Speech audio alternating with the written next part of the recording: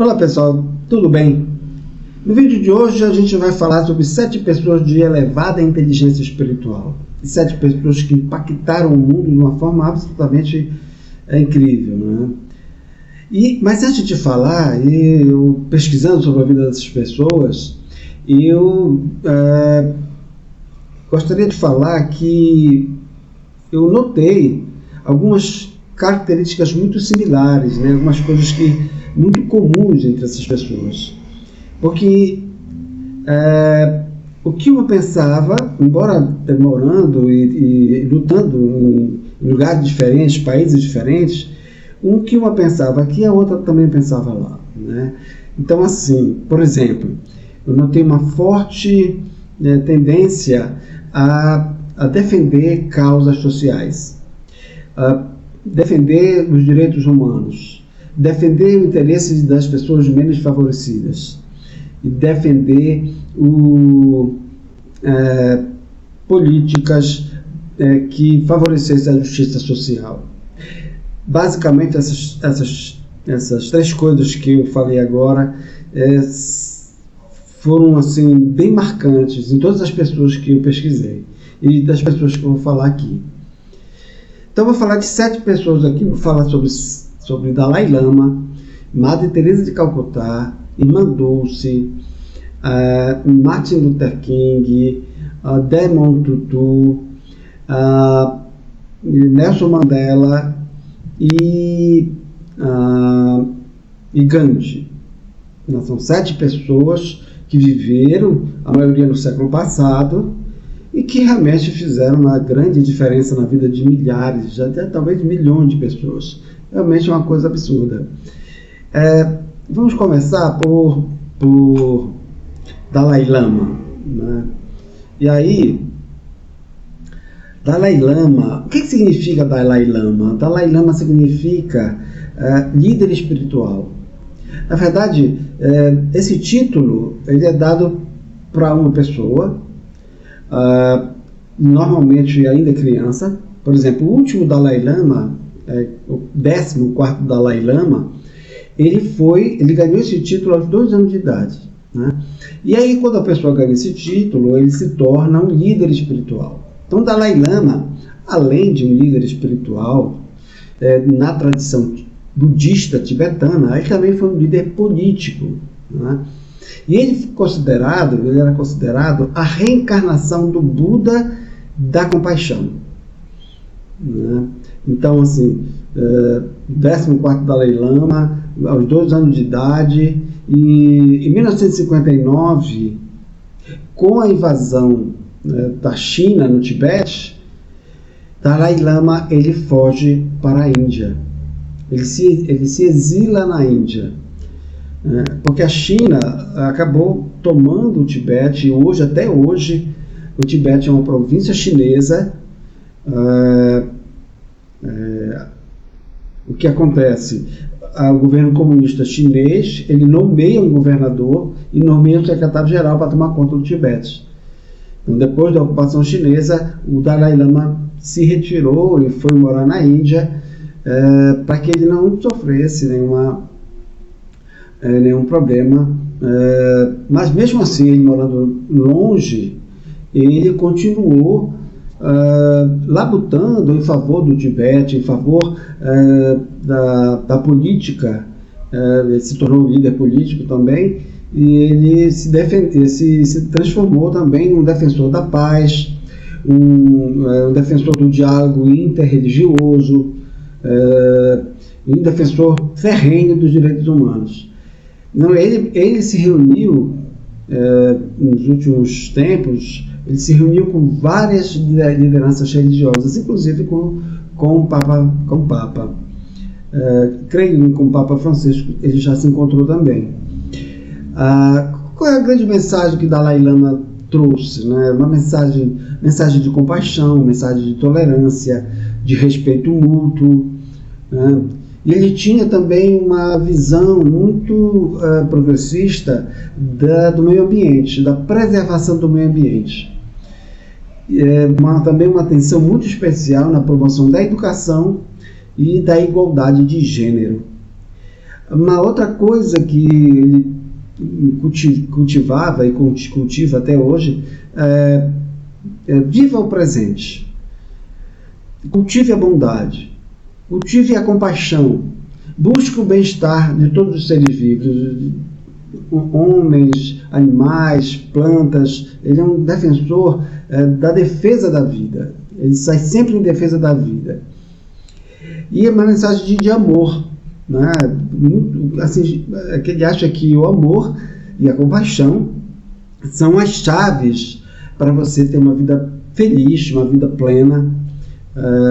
E ele, nas suas palestras, nas vezes que ele se encontra com grandes plateias, que ele faz palestras no mundo inteiro, ele sempre fala da questão do amor, da questão da bondade, da solidariedade, de você prestar atenção no outro, de tratar o outro com respeito, de tratar o outro como um ser humano, de se solidarizar com o sofrimento alheio, se solidarizar com os mais necessitados, procurando se envolver em causas sociais, procurando ajudar a construção de um mundo melhor, de uma sociedade melhor. Enfim, é uma pessoa com uma visão e uma vida espiritual extremamente importante, que passa essa mensagem de amor, de muita solidariedade em todos os lugares por onde ele passa, né? Dalai Lama é um líder espiritual muito carismático e muito seguido, né, por pessoas do mundo inteiro.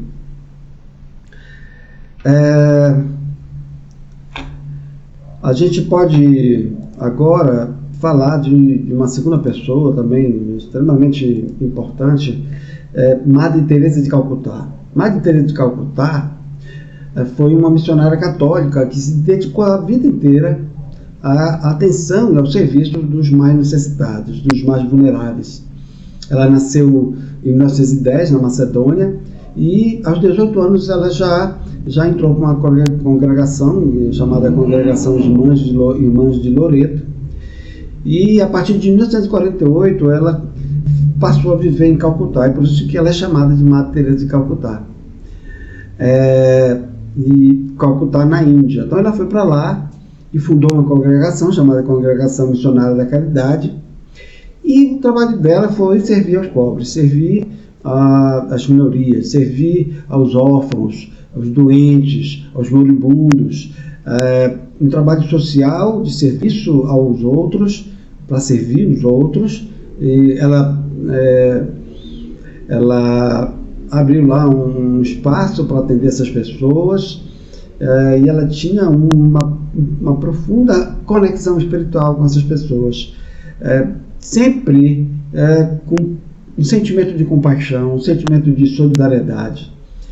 E a Madre Teresa de Calcutá foi um exemplo de uma pessoa voltada a atender os pobres, né? Atender os mais vulneráveis, atender os marginalizados. Uma vida inteira dedicada a isso. Ela faleceu em 1997, aos 87 anos, e foi um exemplo de amor, um exemplo de bondade, que continua aí a inspirar gerações futuras, para tentar, de alguma forma, a gente buscar uma inspiração na Madre Teresa de Calcutá, para tentar transformar esse mundo num mundo um pouquinho melhor para todo mundo, né? É isso. Uma outra personalidade, uma outra pessoa que eu gostaria aqui de comentar é sobre Mahatma Gandhi. Mahatma Gandhi foi um líder pacifista indiano, um líder humanitário, que marcou a história da Índia por sua luta em favor da independência da Índia e em favor da igualdade. Não sei se vocês sabem, mas a Índia, no século passado, Hoje nem tanto, mas no século passado a Índia tinha dois grupos religiosos que eram praticamente inimigos, os hindus e os muçulmanos, e havia muitos conflitos entre essas duas correntes religiosas, né? As pessoas dessas correntes religiosas. E ele ficava muito preocupado com isso, muito triste, né, de ver o seu povo brigando, se matando. Houveram vários conflitos, hindus dizimaram aldeias muçulmanas e vice-versa. Então ele ficou muito preocupado com isso. E ele passou a vida inteira dele praticamente tentando reconciliar, tentando unir esses dois grupos, né? E todos os outros também que de alguma forma também contribuíram para esses conflitos. E ele tinha uma filosofia, né? Ele era o líder da religião hindu, e ele tinha a filosofia que era a filosofia da não violência, da resistência pacífica. Então ele achava que a luta tinha que ser uma luta pacífica. Não dizia para os seus seguidores para não pegar em armas. Houveram vários problemas com relação a isso, porque as pessoas iam protestar, a polícia vinha e mutilava as pessoas, matava as pessoas, mas eles não reagiam em obediência a Gandhi, porque Gandhi queria um protesto sempre pacífico, sem violência. E quando a coisa ficava muito séria e muito violenta, ele fazia greve de fome, né? E como ele era se tornou uma pessoa muito conhecida na Índia toda, muito respeitada, inclusive se tornou um líder religioso e espiritual de outros líderes religiosos, ele conseguia, através das suas atitudes, por exemplo, da sua greve de fome, unir as pessoas. E aí as pessoas, para não deixar ele morrer de fome, paravam com as suas agressões, se voltavam para ele para tentar fazer com que ele acabasse a greve de fome, para ele não morrer. E ele usava isso constantemente para pacificar os grupos que estavam sempre em conflito. Ele também liderou boa parte do povo indiano num movimento de desobediência civil na Índia. Ele se colocava contra algumas políticas do governo britânico. Na época, a Índia era colônia britânica, então ele se colocava contra algumas políticas e fazia o povo desobedecer algumas leis, algumas normas do governo britânico. Por exemplo, nós tivemos a Marcha do Sal, onde ele conduziu o povo indiano até a beira da praia, do oceano, numa reserva de sal, para retirar o sal da reserva e levar para casa. Mas isso era proibido, não podia ser feito. O governo britânico proibia que o povo indiano fosse atrás do sal por conta própria, para proteger a indústria britânica que produzia o sal, né?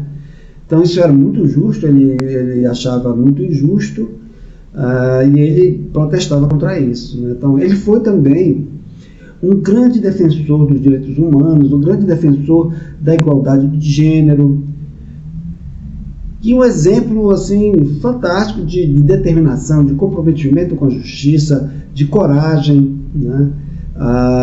E assim, ele dizia assim, que a verdadeira revolução começa dentro da gente, né? Através da busca da paz, da harmonia, do respeito ao próximo, do amor, da tolerância,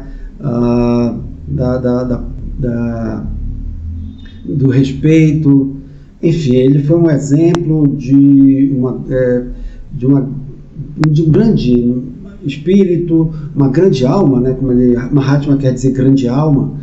Então ele foi uma grande alma que inspira e inspirou muita gente ao redor do mundo. Ativistas até hoje se inspiram no que ele fez. Infelizmente ele foi assassinado, morreu assassinado, na luta contra essas injustiças que na época abalavam muito a sociedade indiana. Uma outra pessoa que me chamou a atenção e também eu coloquei nessa lista que eu achei uma pessoa extremamente importante para nós aqui brasileiros, né? Irmã Dulce. Irmã Dulce, ela nasceu com o nome de Maria Rita, depois que ela se transformou, depois que ela passou a ser chamada de Irmã Dulce. Ela nasceu em 1910, na cidade de Salvador, na Bahia. E aí, depois, em 1933, ela começou a cuidar das pessoas necessitadas em um pequeno barraco na periferia de Salvador. E aí esse barraco se transformou numa obra social, chamada Obra Social Irmã Dulce, e em 1959 esse espaço se transformou num hospital, e hoje esse espaço faz parte de uma rede de hospitais da Santa Casa de Misericórdia de Salvador. Ela recebeu prêmios, né, e foi reconhecida internacionalmente pelos seus trabalhos, pelo seu serviço. Não recebeu o Prêmio Nobel da Paz como Madre Teresa de Calcutá. Madre Teresa de Calcutá recebeu o Prêmio Nobel da Paz, mas ela não recebeu. Mas ela também recebeu muito reconhecimento internacional. Em 2011, pelos trabalhos, pelos serviços que ela prestava para as comunidades pobres em Salvador, né, e ela tinha uma defesa muito forte aos mais necessitados, aos pobres, aos doentes, aos marginalizados. Ela trabalhava incansavelmente, né, a favor dessas pessoas, e ela inclusive ia nos comércios, junto aos comerciantes, pedir doações e levava para os que estavam abrigados nesse local onde ela fazia esse trabalho. E ela, em 2011, ela foi beatificada pelo Papa Bento XVI, e em 2019 ela foi canonizada pelo Papa Francisco e se tornou a primeira santa brasileira. Então, assim, ela teve uma vida de um testemunho poderoso, né, de fé, de serviço ao próximo, de solidariedade, de compaixão, de uma elevada inteligência espiritual, de uma vida espiritual, de oração, de uma vida espiritual muito profunda. E ela acreditava que esse seu trabalho era um chamado de Deus, e ela acreditava que servir a Deus era servir aos outros. E ela também, assim, a sua vida serviu, assim, de exemplo para muita gente, e ela foi também homenageada em canções, em livros que celebraram a sua vida, né, e as suas contribuições. Assim, ela dizia assim, que a fé move ações concretas que transformam vidas. Talvez esse tenha sido o grande legado de Irmã Dulce, né? Que através de ações concretas, a maneira como ela fazia, que ela ia realmente resolvia e tentava resolver os problemas dos mais pobres, e ela transformou vidas, né? Ela conseguia fazer com que os mais necessitados conseguissem sobreviver, conseguissem resolver seus problemas. Eu acho que ela foi um grande exemplo para todos nós, um exemplo a ser seguido por nós brasileiros. Uma outra pessoa que também merece destaque aqui é Martin Luther King. Então, Martin Luther King, ele foi um líder dos direitos civis nos Estados Unidos. Ele foi conhecido por uma luta muito grande em prol da igualdade racial, da justiça social, em defesa da não discriminação, em defesa dos direitos civis, principalmente dos afro-americanos, né? E através também de métodos não violentos. Ele foi inclusive influenciado por Gandhi. Então, toda a luta dele, ele também colocava que a luta dele tinha que ser pacífica, tinha que ser uma resistência sem violência. Ele nasceu em Atlanta em 1929 e ele foi criado numa família religiosa, né? E ele teve uma formação também religiosa. Ele se formou em teologia. E ele tinha essa filosofia da não violência, né? Então Ele promoveu essa resistência pacífica contra a opressão, contra a injustiça, contra a discriminação, contra o preconceito, principalmente contra o preconceito racial, onde havia naquela época um preconceito muito, muito forte contra o negro afrodescendente nos Estados Unidos. Ele promovia campanhas, protestos pelas ruas do país, pelas ruas da sua cidade, do seu estado, e nesses protestos ele discursava. E num desses discursos, conhecido hoje como o discurso I Have a Dream, ou seja, eu tenho um sonho, ele colocava o seguinte, ele tem uma frase emblemática que diz o seguinte: eu imagino um futuro onde as pessoas são julgadas pelo seu caráter e não pela cor da sua pele. Essa frase emblemática ele disse nesse discurso, e ele ficou mundialmente conhecido por essa frase. Ele recebeu, em 1984, ele recebeu o Prêmio Nobel da Paz pela luta, né, da sua luta antirracista, pela sua luta em prol dos mais vulneráveis, em prol dos negros africanos, que ele realmente tinha esse ideal, né, de fazer com que o preconceito e a discriminação acabassem nos Estados Unidos. Ele teve também uma luta, se envolveu em questões econômicas, em questões políticas também. Por exemplo, ele foi contra a Guerra do Vietnã. E ele dizia que a Guerra do Vietnã, o dinheiro, o recurso que era gasto na Guerra do Vietnã, podia resolver muitos problemas sociais. Pelo menos podia ajudar e auxiliar a resolver problemas sociais. E ele foi muito contra, foi extremamente contra a Guerra do Vietnã. Aliás, a Guerra do Vietnã, para quem não sabe, aconteceu no momento em que o Vietnã estava passando por uma turbulência política muito forte, e aí a guerra começou entre os vietnamitas do sul e os vietnamitas do norte. Os vietnamitas do norte contaram com a ajuda dos Vietcongs e os vietnamitas do sul contaram com a ajuda do exército americano. O exército americano se meteu nessa guerra, mas não teve êxito.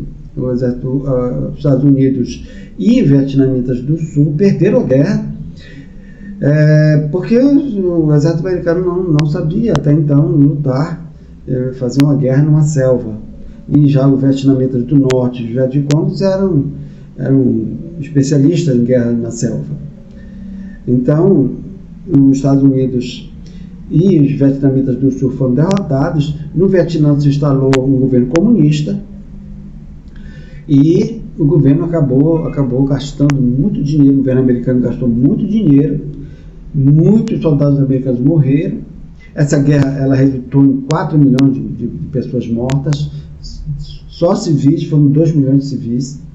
E foi uma guerra que Martin Luther King lutou contra e foi muito, protestou muito contra essa guerra. E com razão, né? Porque muita coisa poderia não ter acontecido se os Estados Unidos não tivessem se metido nessa guerra. Ele recebeu o Prêmio Nobel da Paz em 1964, né? E ele foi celebrado também. Assim, lá nos Estados Unidos tem o dia de Martin Luther King, que é o dia terceira segunda-feira de janeiro. É um dia que é um feriado nacional em homenagem a Martin Luther King. Então ele foi assim, um exemplo de uma pessoa dedicada às questões sociais, às causas sociais, uma pessoa dedicada a defender os direitos dos negros, afrodescendentes, e lutou muito a favor dos mais pobres também. Tem uma vida também muito ligada, muito profunda espiritualmente, até porque ele tinha uma formação religiosa também.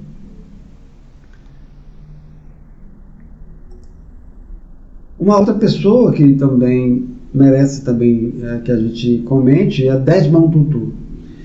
Desmond Tutu nasceu em 7 de outubro de 31, na África do Sul, e se formou em teologia e seguiu uma carreira religiosa.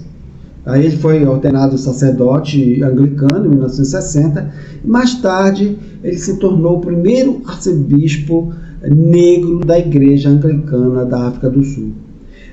Ele ocupou cargos de bispo na Igreja Episcopal e ele foi um ativista de direitos humanos. Ele foi um opositor ferrenho do apartheid. Para quem não sabe, o apartheid era uma política de segregação racial do governo britânico da época, que o governo quem assumiu o governo na época foi um partido de extrema direita e adotou a política do apartheid, onde houve uma segregação racial absurda, né? Em vários lugares da África do Sul, como praças, espaços públicos, foram segregados, ou seja, alguns espaços o grego não podia entrar, não podia usar, não podia utilizar, porque os brancos foram privilegiados, né, com esse regime, e os negros foram perdendo os seus direitos. Então o regime do apartheid prejudicou demais os direitos civis dos africanos, dos sul-africanos. E Desmond Tutu lutou muito contra o apartheid, né? Ele usou a sua posição de bispo, né, de autoridade religiosa, para se opor a esse regime. Ele foi um defensor ardente mesmo das sanções, por exemplo, das sanções dos boicotes internacionais que foram efetivados por conta dessa política de segregação. Muitos países da Europa, muitos países boicotaram a África do Sul pedindo o fim do apartheid, né? Inclusive, ele foi nomeado presidente da Comissão da Verdade e da Reconciliação, que era uma comissão que ia investigar, passou a investigar a violação dos direitos por conta do apartheid, e ele, como presidente dessa comissão, ele também tentou reconciliar as comunidades para uma construção de uma nova sociedade dentro da África do Sul após o término do apartheid. Ele recebeu o Prêmio Nobel da Paz em 1984 e por conta dessa sua luta, foi um reconhecimento por conta dessa sua luta antirracista. Ele tinha uma luta muito parecida com a de Martin Luther King, né? Ele lutava contra a discriminação racial, lutava a favor da justiça social, lutava a favor dos mais vulneráveis, também numa luta pacífica também. A exemplo de Martin Luther King, a exemplo de Gandhi, a luta dele também era uma luta pacífica. Ele pregava que não se usasse arma, não se usasse nenhum outro, nada que pudesse vir com uma posição violenta contra o regime. Ele também se envolveu em questões globais, lutando contra o conflito no Oriente Médio, contra a AIDS, tentando resolver problemas no mundo inteiro com relação à pobreza, por exemplo, a guerras que aconteciam. Ele se envolveu em muitas questões globais e isso foi um exemplo. Ele foi então um exemplo de uma resistência, né, não violenta, de reconciliação, que inspirou e que inspira muita gente até hoje. Continuando, a gente vai falar agora de Nelson Mandela, que também era sul-africano, assim como Desmond Tutu. Nelson Mandela, ele nasceu numa aldeia em 1918, uma aldeia chamada Mvezo, no Cabo Oriental, numa região da África do Sul, e ele nasceu numa tribo chamada tribo Tembu. E dentro dessa tribo, quando ele perdeu o pai, ele foi criado por um conselheiro tribal. foi criado por esse conselheiro. Depois ele foi estudar na Universidade de Fort Hare, a mesma universidade que Desmond Tutu estudou, e foi lá nessa universidade que ele começou as suas atividades políticas, né? Depois ele foi estudar arte, foi estudar direito, e depois ele foi trabalhar no escritório de advocacia, e foi nesse escritório de advocacia, trabalhando na área jurídica, que ele começou a perceber que as leis estavam favorecendo os brancos e prejudicando os negros. As leis começaram por conta do apartheid, né? Por conta do apartheid, o governo sul-africano começou a tirar os direitos dos negros. E aí ele começou a perceber que alguma coisa estava errada e começou a lutar contra isso, né? E aí ele se tornou um membro ativo do Congresso Nacional Sul-Africano e passou a apoiar, inicialmente passou a apoiar uma luta não violenta, uma luta pacífica, mas depois, quando ele viu que a violência contra os negros começou a piorar, começou a ficar muito, muito séria, aí ele começou a apoiar a luta armada. E por conta dessa luta dele contra o apartheid, ele foi preso em 1962 e ele foi condenado à prisão perpétua. Uma prisão totalmente injusta, porque ele não cometeu nenhum crime, ele só lutava contra o regime do apartheid. E ele só foi ser libertado em 1990, então ele passou 27 anos preso. Ele foi libertado aí por conta também, não só de uma pressão interna, mas de uma pressão também internacional de outros países. Aqueles países que fizeram bloqueios, né, contra o governo da África do Sul. E aí, em 1993, depois quando ele saiu da prisão, ele voltou a ser um ativista, né, a favor da causa pelo fim do apartheid. E em 1993 ele recebe, junto com o presidente da África do Sul da época, que já estava negociando o fim do apartheid com a população negra, ele recebe, junto com o presidente Frederic de Klerk, o Prêmio Nobel da Paz, em 1993. Após esse episódio, aí ele, em 1994, com as eleições diretas para presidente da República, na África do Sul, ele é eleito presidente da África do Sul. Ele é eleito e se torna o primeiro presidente negro da África do Sul. E a primeira atitude dele, no momento em que ele é eleito, é decretar o fim do apartheid. Ele decreta o fim do apartheid e a África do Sul passa a ser uma república democrática, uma república pluralista, como no caso, por exemplo, nós temos aqui no Brasil também uma república pluralista, né? E democrata também, com a democracia. Então a democracia passa a ser o regime sul-africano.